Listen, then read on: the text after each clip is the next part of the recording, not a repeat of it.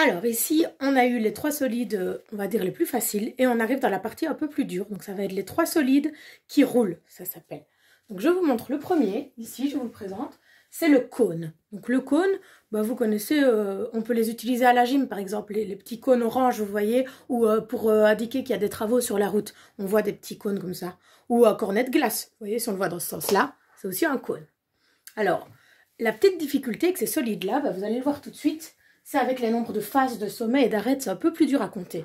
Puisque ce n'est pas vraiment des côtés plats, vous voyez, ce sont des côtés qui roulent.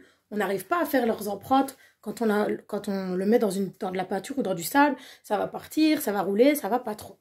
Donc en fait, vous voyez son empreinte, il peut y en avoir qu'une, c'est sa base. Donc c'est un cercle, un rond.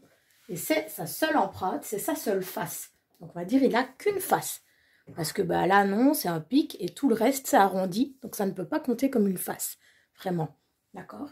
Donc ça, c'est attention parce que c'est un peu un piège quand on le voit comme ça en dessin à plat. On pourrait imaginer que ça, ce sont des arêtes, mais non, justement, c'est pour indiquer que c'est arrondi partout autour du cône.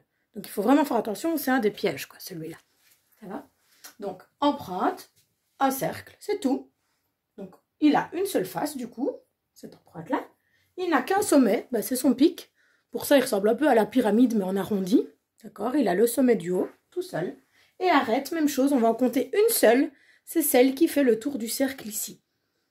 Et c'est la seule qu'on peut compter. Donc voilà, il est un peu spécial, mais d'un côté assez simple, puisqu'il n'y a que ça à retenir.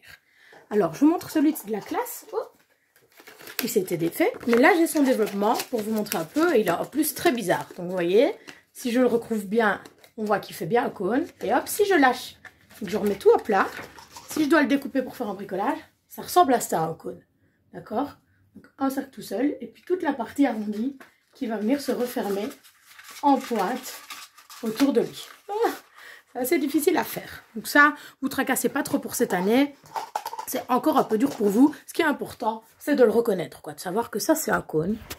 Et voilà, des petits exemples de la vie quotidienne. Comme je vous disais, on a le cornet de glace. Oh ben, on a le petit chapeau de fête aussi. Et voilà ce dont je vous parlais, le cône de signalisation qu'on peut utiliser à la gym ou pour faire des travaux dans la vie de tous les jours. Voilà, c'est tout pour le cône.